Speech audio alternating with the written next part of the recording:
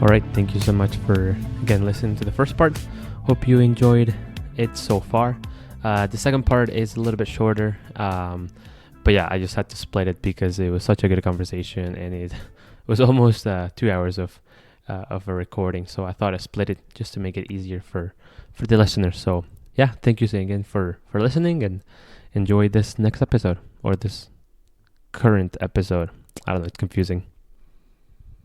So yeah, so that's kind of like Tuesday, and then Wednesday, Thursday. Well, Wednesday we have once a month. There's a youth worker gathering over at Church of the Rock. They host every time, and so just get together with different youth workers from around the city, and there's even some that come from outside the city, as far as like Winkler or maybe even Blumenort.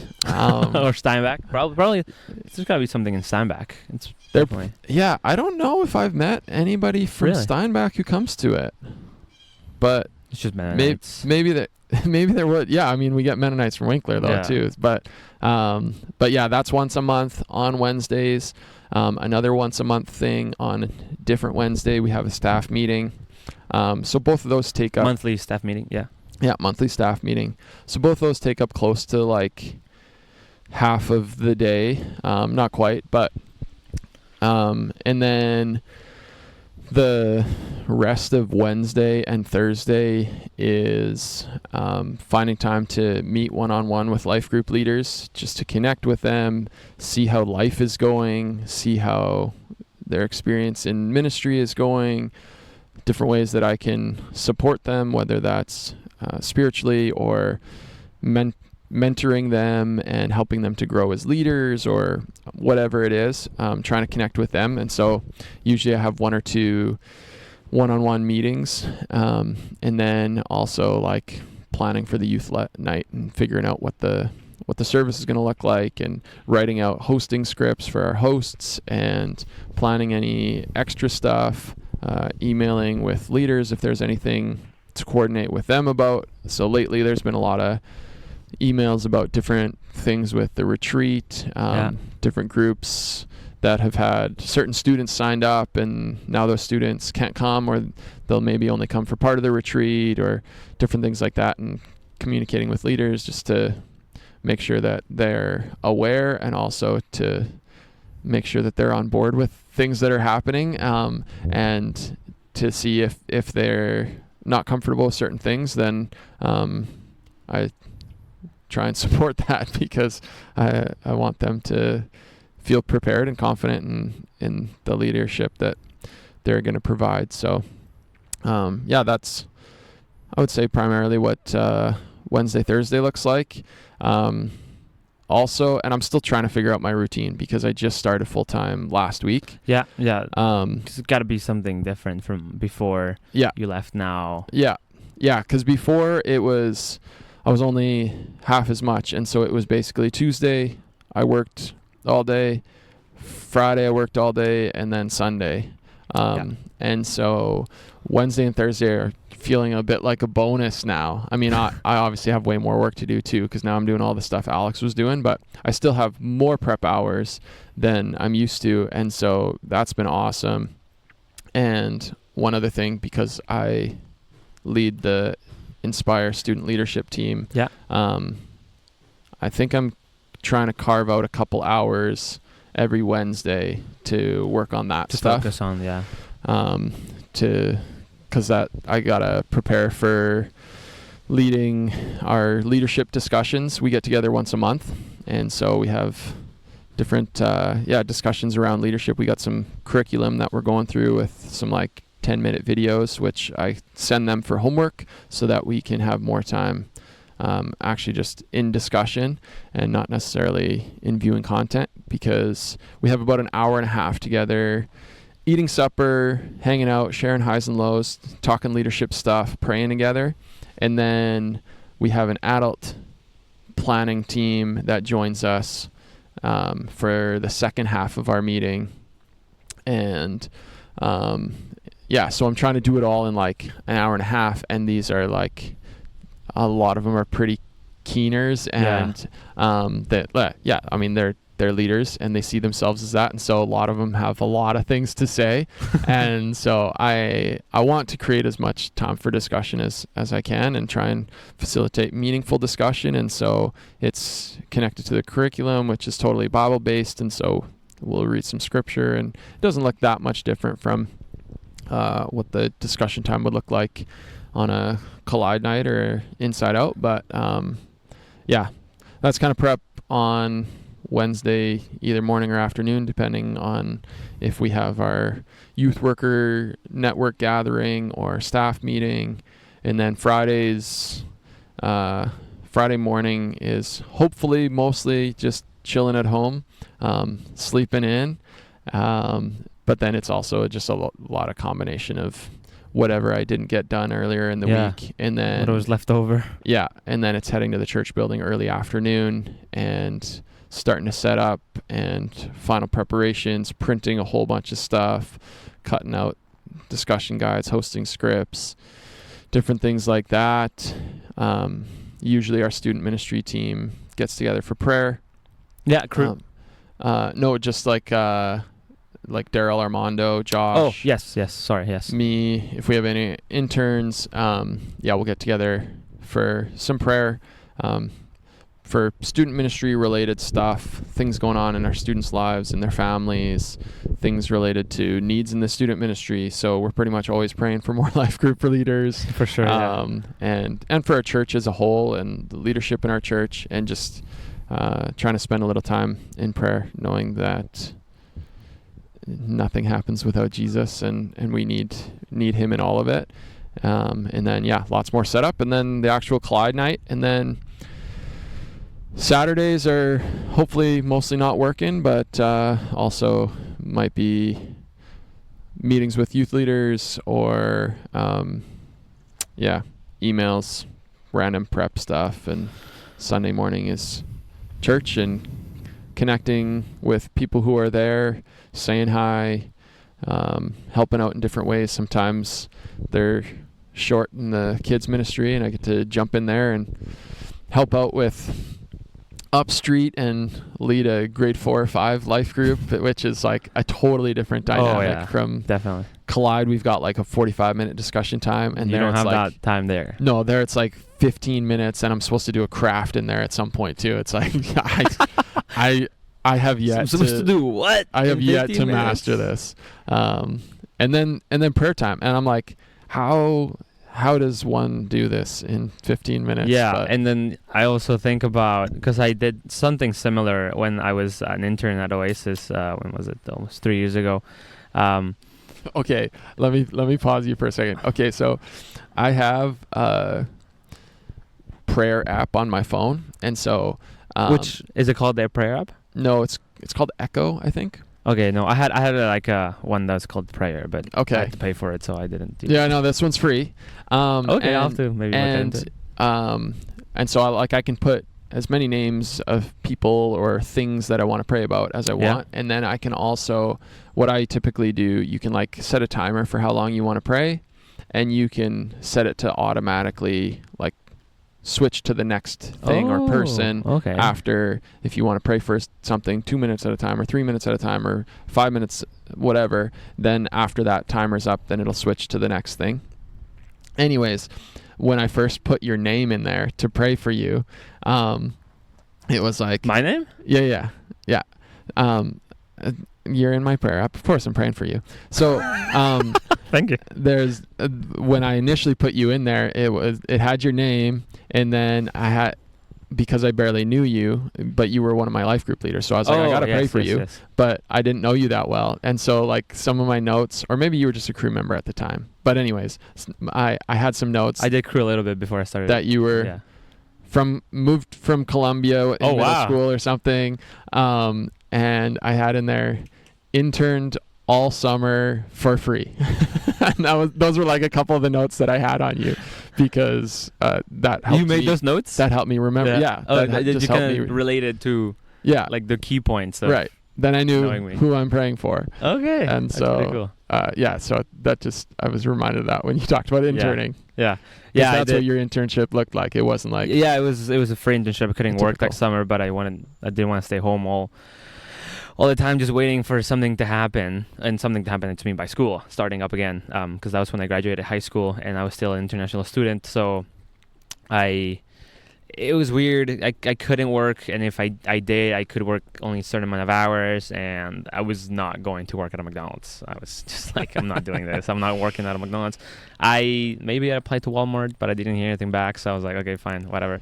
I'd rather be at church with my friends and people that I love and serving and volunteering, basically, and feel like I'm working. And yeah, what was I talking about?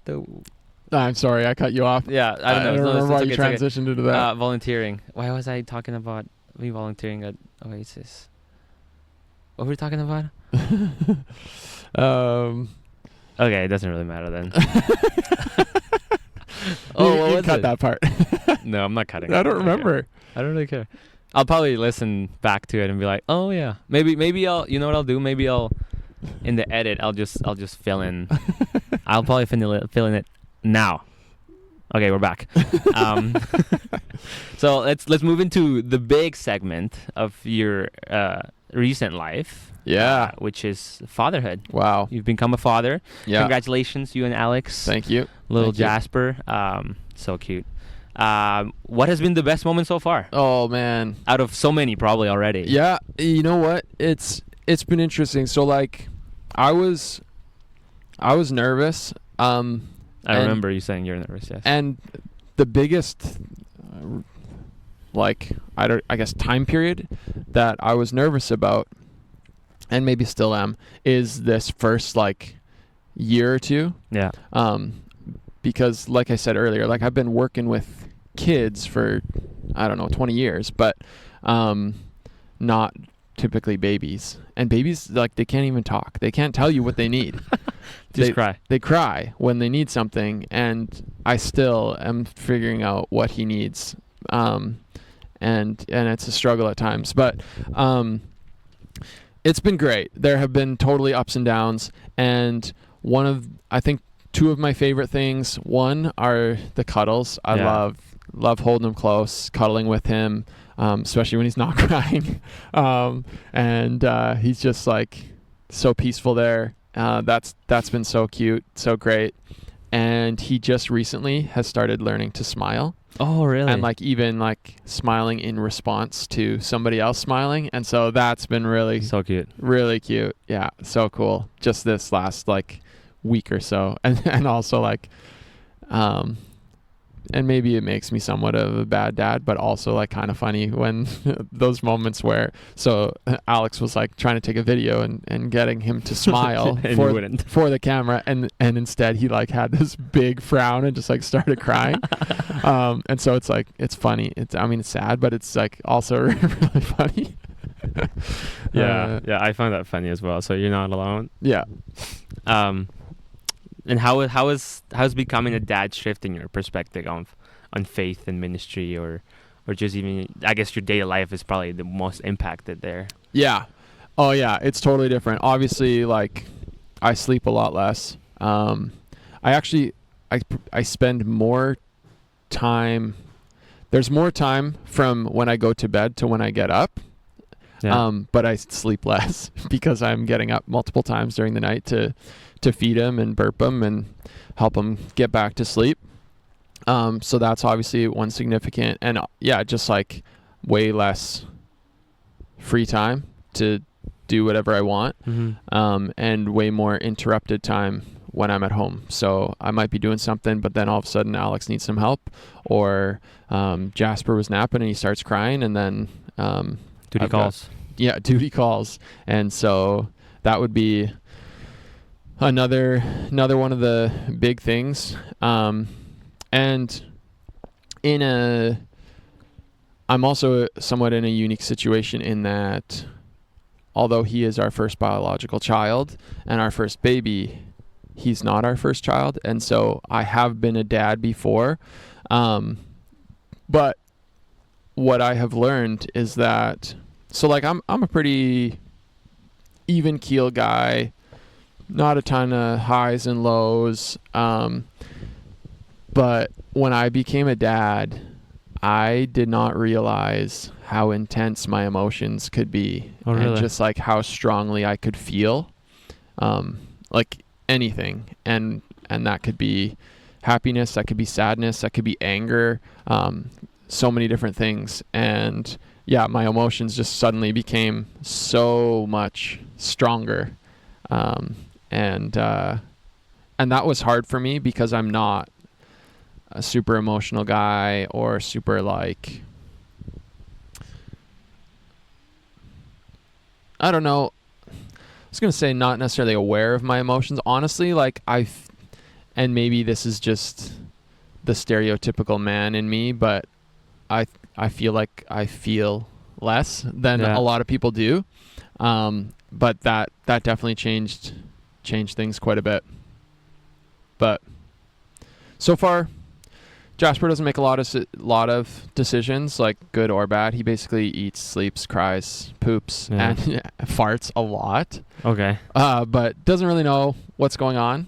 But when I fostered kids and even from ministry, and I shared this a little bit, but it was accelerated like crazy when I was parenting teens. One thing that changed for me is it really gave me a different perspective of understanding God's love, and understanding his love in the sense that kids don't often like acknowledge or even necessarily recognize all the great lengths that parents go to, the sacrifices that they make to love their kids and care for their kids. And I think that that's very similar often to our relationship with God, and in how we often kind of ignore or ignore him or don't acknowledge him, even though he has gone to such great lengths to extend love to us. And I remember one of our kids, she threw some nasty tantrums sometimes. Oh boy. And I remember one time where she told me she hated me, and she compared me to her biological dad and just said how much better her dad would be, and how her dad would do this or that, and basically that I was a horrible dad, and that she hated me. And that obviously sucked, because I did care for her so much, and I did love her so much more than she could possibly comprehend. And yet it also, I think, gave me a better perspective of God's love. Even when we reject him, we ignore him, and we don't acknowledge him, and how he even loves those who are completely opposed to him and on purpose, and he still cares for them and wishes good for them and wants life for them. And I think that's the greatest thing that I've learned from fatherhood. And again, like I say, that's less from the last month and a bit with Jasper, and more from just learning that from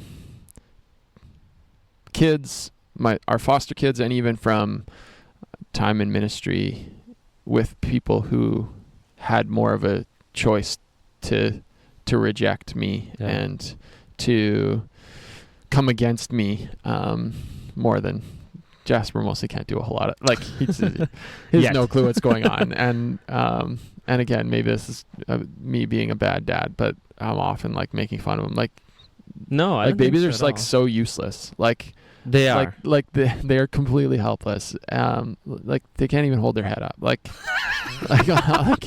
like you can't. Or like he's so hungry and he like wants to eat, but I'm holding him in my arms against my chest, and he's like moving his face around, like trying to suck on my nipple. Like, dude, like I don't have any milk for you.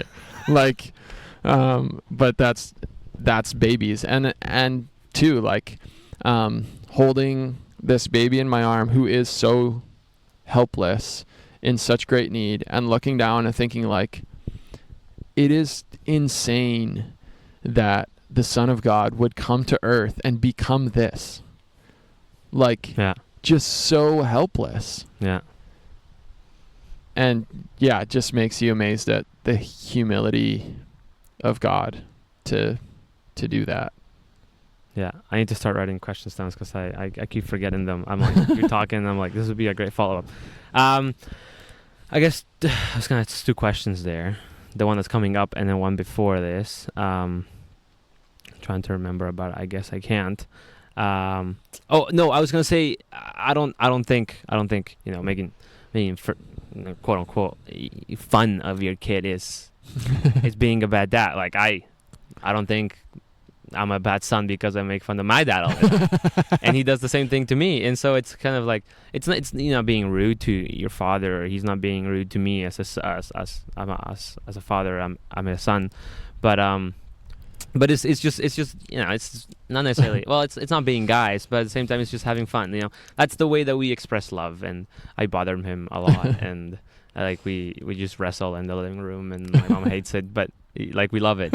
And like he's and when we were younger, he would do it and he would always win, and now it's kind of like turning tables. Yeah. And so and I know he won't be able to do it for all of his life, and so I won't be able either. So whenever I'm a father, I would like to make fun of my kid, and then make him make fun of me when I'm older, and that just keeps on going, because it just kind of fuels the fire of rivalry in between dad and son. Yeah. It's kind of like that interesting, and then also when we're, and it's far away, but when in life group, you're like, you're not the father figure of them when you're in life group, but you are the figure of an adult and the figure of somebody in I guess they see it as in, I'm talking about my boys and Collide, and just basically every leader.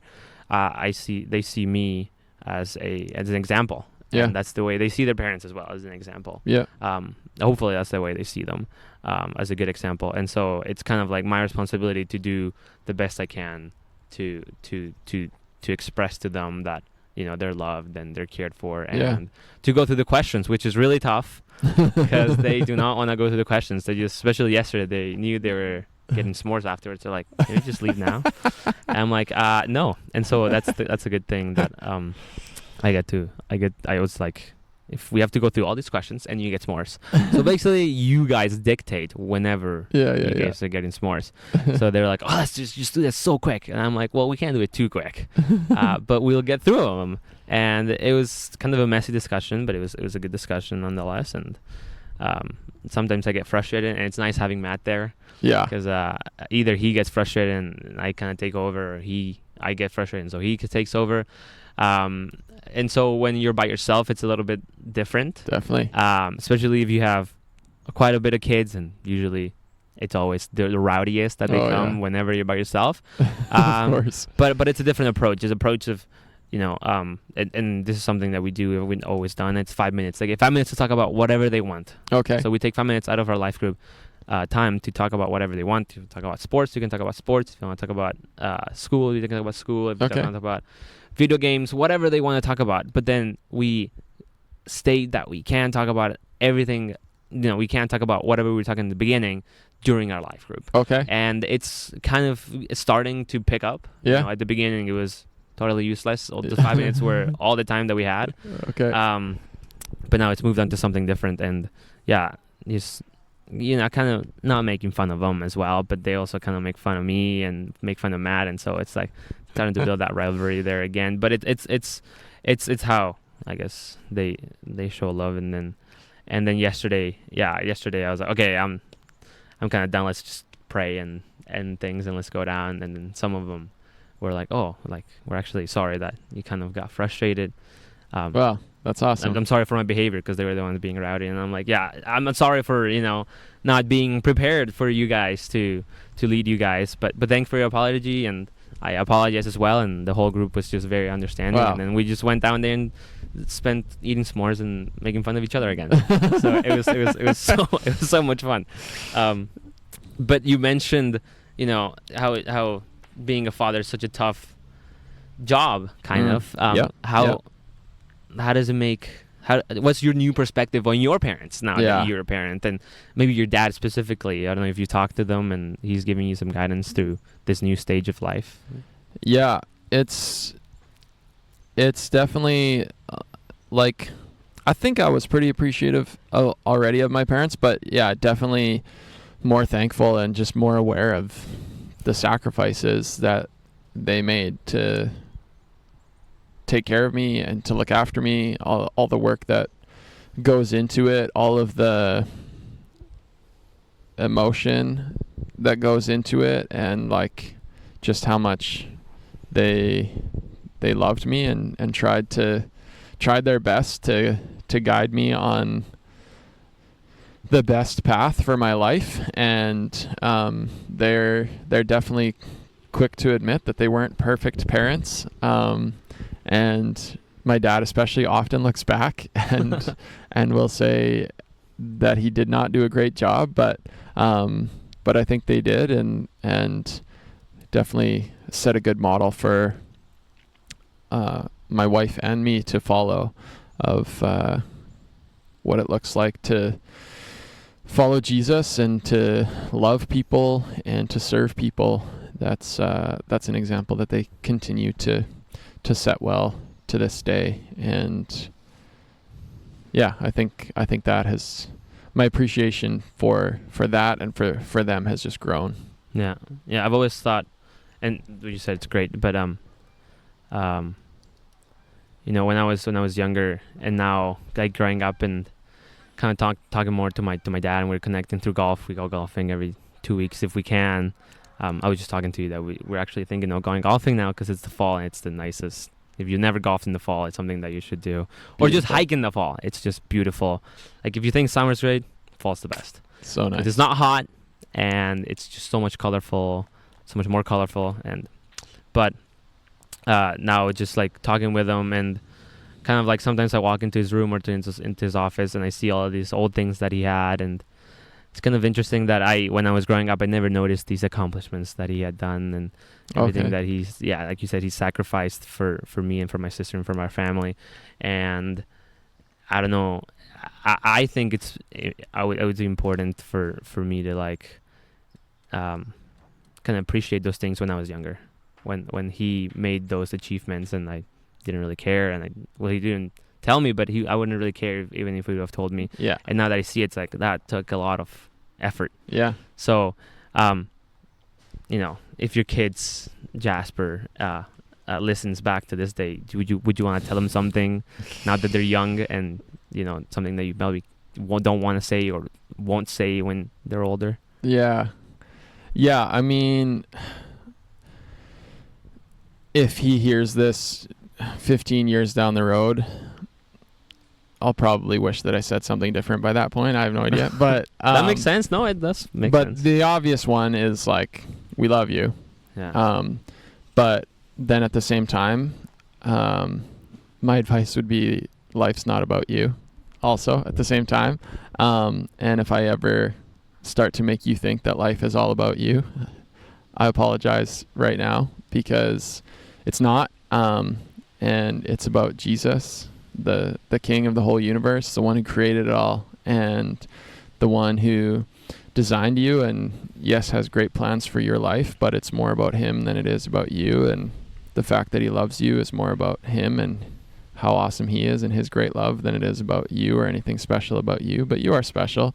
And yeah, I don't know. I feel like that would kind of be my message. Make life about him, pursue Jesus, stay close to him, and you will not regret it. That's going to give you the best life possible, even if it means missing out on some hockey every now and then. I see. Still not sure if he's going to be a hockey player. We've talked about that a little bit. Oh man, it's a tough conversation. Not sure. It's just like, sports are all consuming. Like, I feel like consuming almost, and financially consuming. Oh, and so expensive. Yeah. And like, my dream is to either I'm guessing I'll probably have to create it, or maybe it's out there and I just don't know about it, but to find a league where you can play a sport and you only play it 2 days a week rather than like 4 or 5. Like I feel like almost all the sports that our students are in middle school already, they're playing like 4 or 5 nights a week. Really? And it's just like, it's so busy. And yeah, like I assume that my kid's probably going to be a pretty decent athlete. I would definitely say so, yes. For sure. Just based on, all my brothers and me, and Alex is pretty athletic. Yeah.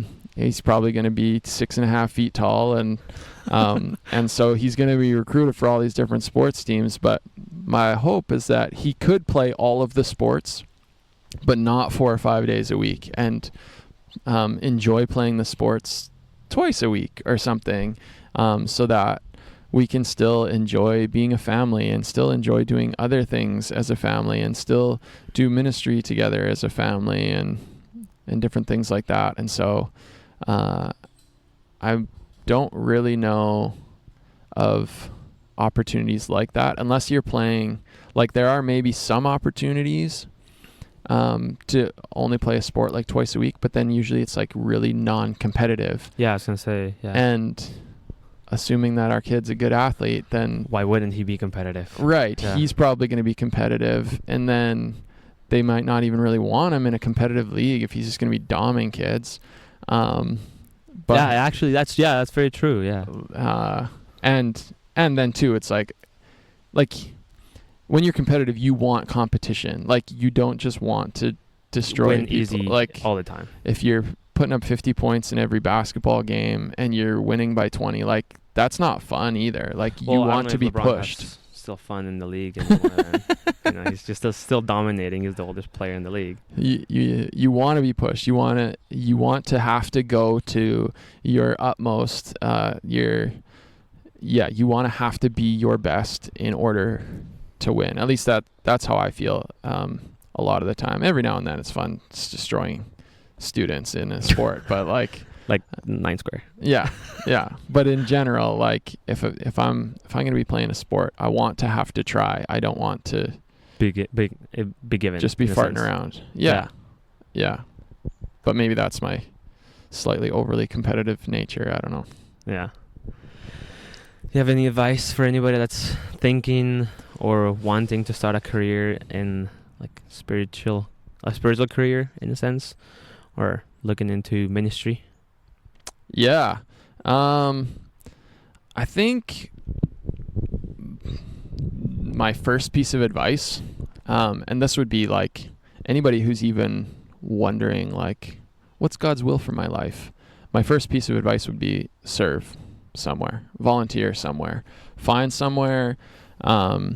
If you're not sure even really what you're passionate about yet, then just sign up for something, volunteer for a bit. Don't maybe commit to something where they're expecting you to be really consistent and reliable and really good at what you do, but commit to something that has lower expectations and figure out if that's something that you're good at. And as you volunteer, as you serve in different ways, you'll discover more and more the ways that you're wired and how God has made you and how you can use that for God's kingdom. Because once you're able to find the intersection of like, here's what I'm great at and here's where that fits into God's kingdom, here's a need that can be filled. Oh man, that's the best place to be. And sometimes that looks more of like a typical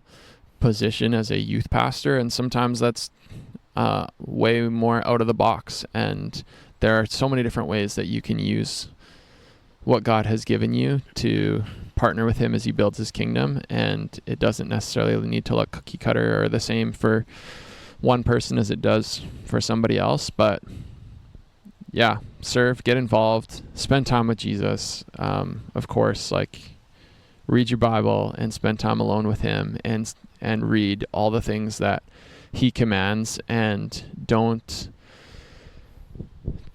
feel like you need to have, like there are rare occasions where God has a very specific plan for somebody's life, but for the most part, God's plans for your life are written in the Bible. Jesus tells us how to live. Paul's letters, the whole New Testament talks about how to live out your life, and specifics, for the most part, don't matter as much to God as far as how that plays out. But at least that's what I think. But the more that you're spending time with Jesus and getting to know his heart for other people, the more that you're able to figure out where your life fits into that and fits into God's plans, God's kingdom. And I think, yeah, there's a quote that I'm thinking of that I can't totally remember from a book by Francis Chan.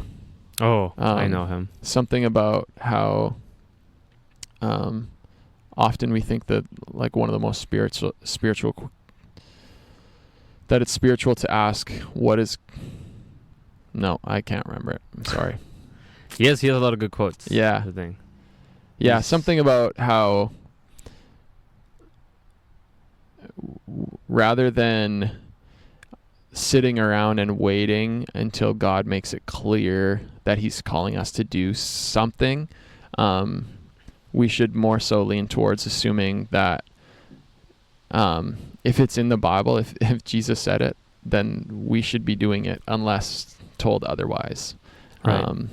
And yeah, I think sometimes we can just kind of sit back and be like, oh, well, I mean, same thing I did for years. Well, I don't think I'm supposed to be doing this because God didn't clearly call me to this. But like, has God called me to love people, to care for people? Sure, then if this fits in that, then it is. Yeah. Then I should do it. Yeah. And yeah, leaning more towards that. Okay. You have a bit of experience in that sector, and then in this one, I don't know, you're still learning, like you said. So yeah. But you have any advice for anybody that's becoming the dad? Yeah. Oh man, I totally don't feel qualified for this because I'm still so new and don't feel like I'm great at it. But maybe some noise canceling headphones. Okay. For and a good audiobook for when your child is crying. I have done a lot of listening to audiobooks and listening to the Bible when I'm up at 2, 3, 4 in the morning and trying not to like fall asleep while I'm feeding Jasper or trying to burp him or get him back to sleep. But no, like on a more like actual level, I would say, I mean, somewhat similar to the advice that I give to youth leaders is like, it's a long journey, and don't get too high with the highs and don't get too low with the lows, and just try and be faithful in the day to day and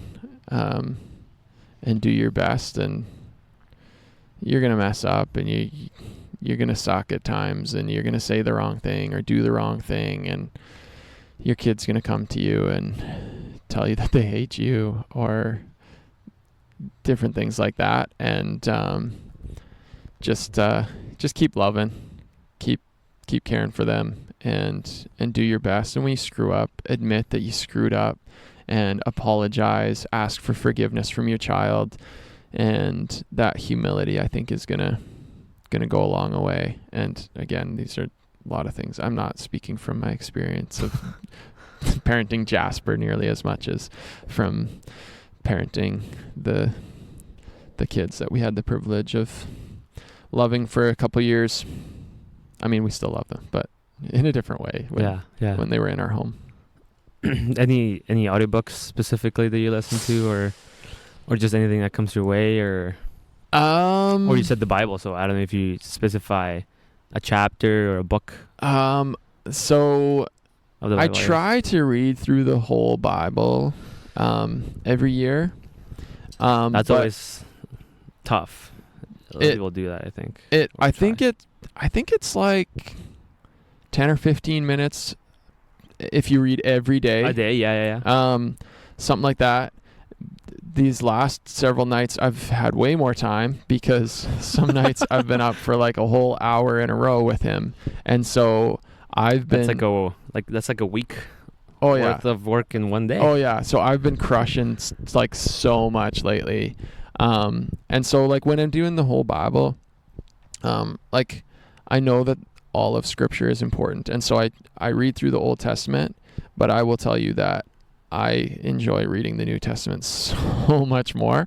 I find it just so much more encouraging, easier to read, and just way more practical and applicable to my life because there's so much Old Testament stuff that is, I mean, it was written about Jews and for Jews, and I'm not a Jew. And so a lot of it... That's a really good A lot of point, it is less applicable. Obviously, there are definitely things that, like, it's great to learn about, and Christianity came out of the Jewish religion, and so there's lots of benefit from it, but there's so much more, at least I find, in the New Testament, and so I love it. So, yeah, I mean, if I was telling somebody where to read, I would say basically anything in the New Testament, but read one of the Gospels. John is my favorite.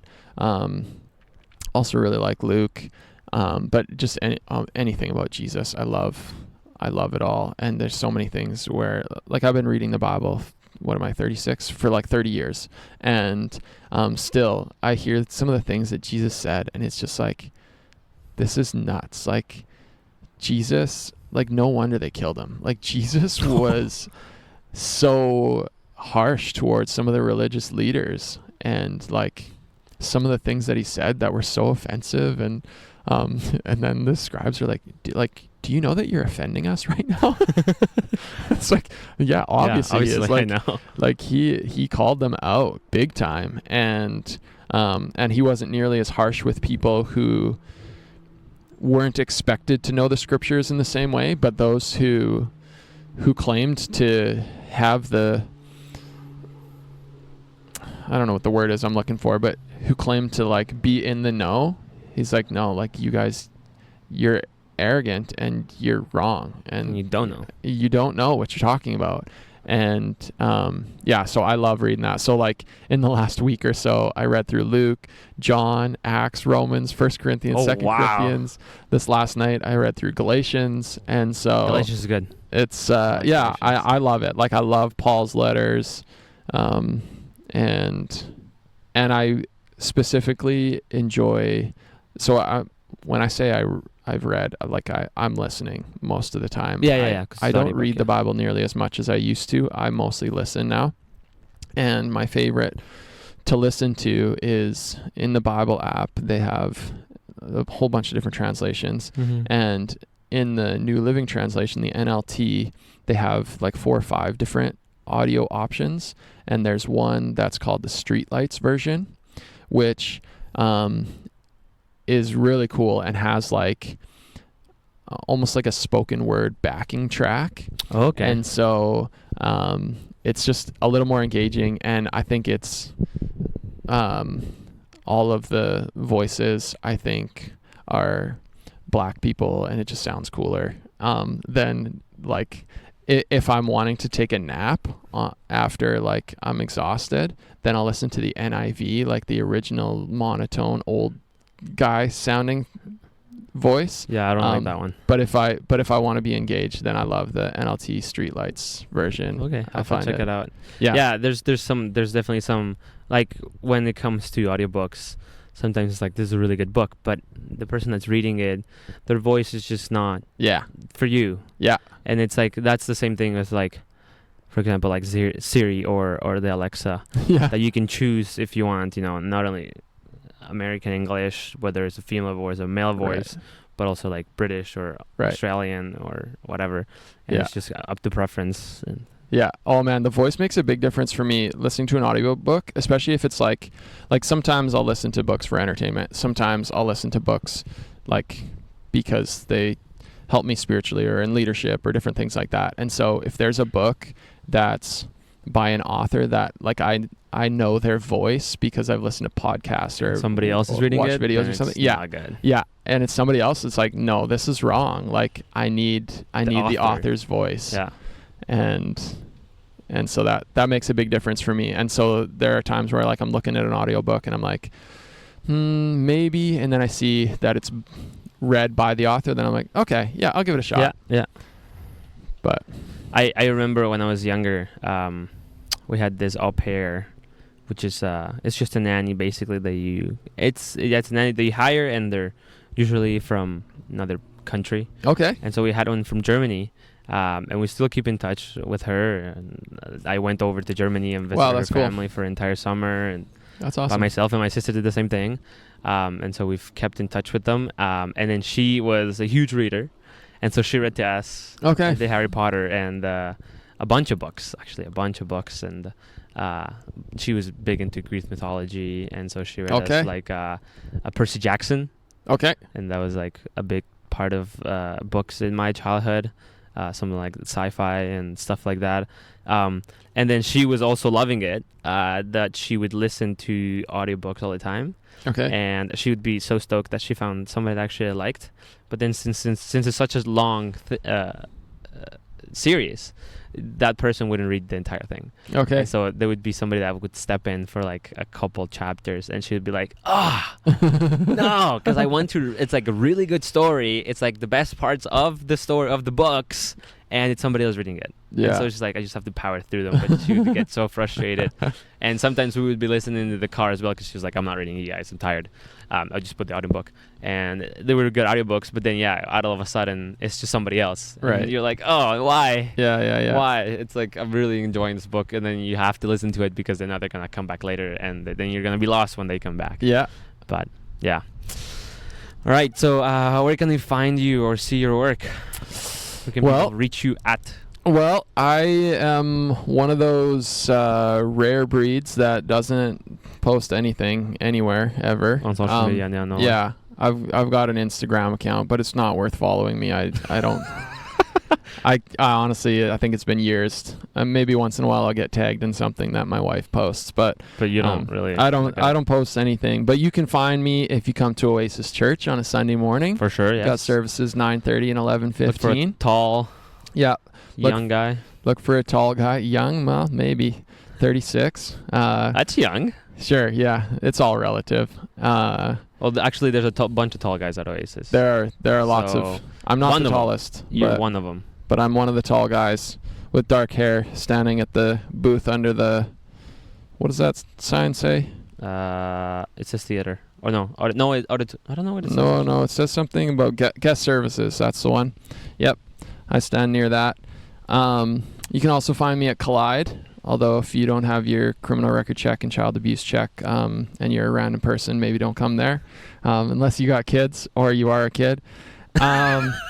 And you can also find me at the Inspire conference that we have every spring. We've got one in Saskatoon, we got one in Winnipeg, and the conference this year, I actually don't remember off the top of my head, but I'm trying to look up really quickly, is March 6th and 7th. Okay. Oh, wow. You can find information about that inspireournation.com. Okay. Yeah. And so you can just buy tickets already? No.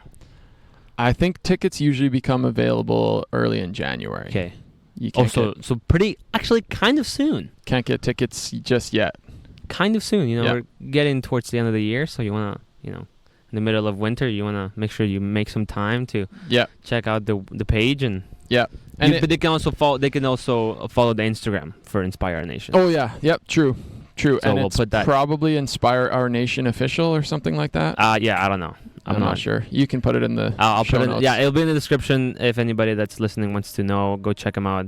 I'll put Collide as Oasis as well on there. Collide's for middle schoolers. The Inspire Conference, that's for youth grades 6 to 12. Yeah. But it's also for like parents or caregivers or youth leaders. We have some workshops that are specific to them as well, and so it's a great way to serve. And if you want to again start serving and start volunteering, this is an amazing start. You can. We're always looking for volunteers for that weekend. Lots of really cool opportunities with that, and a lot of fun to be part of that team. Even just if you just attend or you volunteer or whatever, if you just check it out, it's so much fun. I've been This is my second time going. Yeah, Have you been to 2 already? I think so. This might be your third.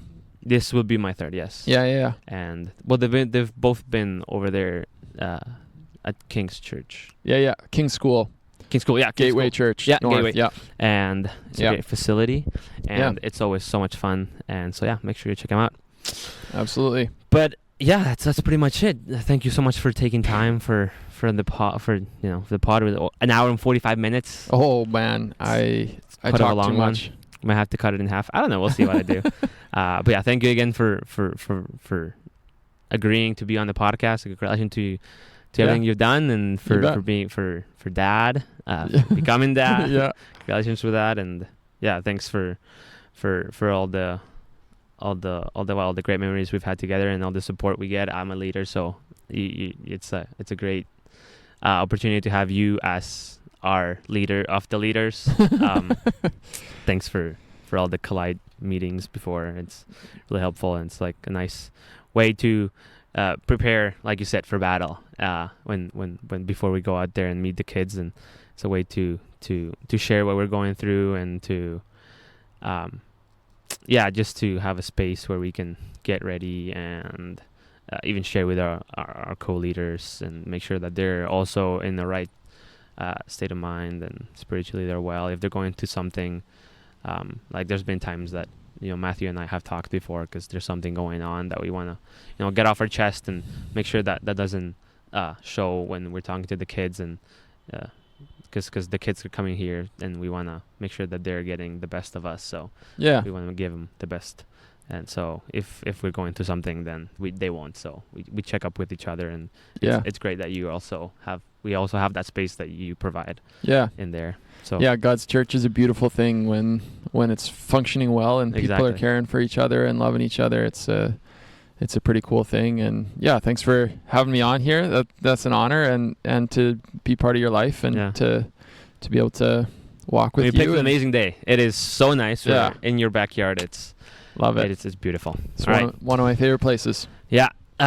Make sure you follow the pod and share with who should they share it with? They should share it with your gardener. The gardener. Who's got a gardener? I don't know. Somebody might have a gardener. if you maybe if you're listening to it and your dad cuts the lawn. Oh, okay. Then he's your gardener. Share with him. Okay. Or, if your mom does the flowers, that would be your gardener. If you're your own gardener, make sure you save it. Share it with yourself. but we'll stay tuned. Probably another one coming up, maybe with a special guest. He's pretty famous for some people. Patrick He's been around the world. No, not Patrick. No, we're not there yet. I'm not a big Patrick fan either. So. Okay. But they have something in common. The curly hair. Okay.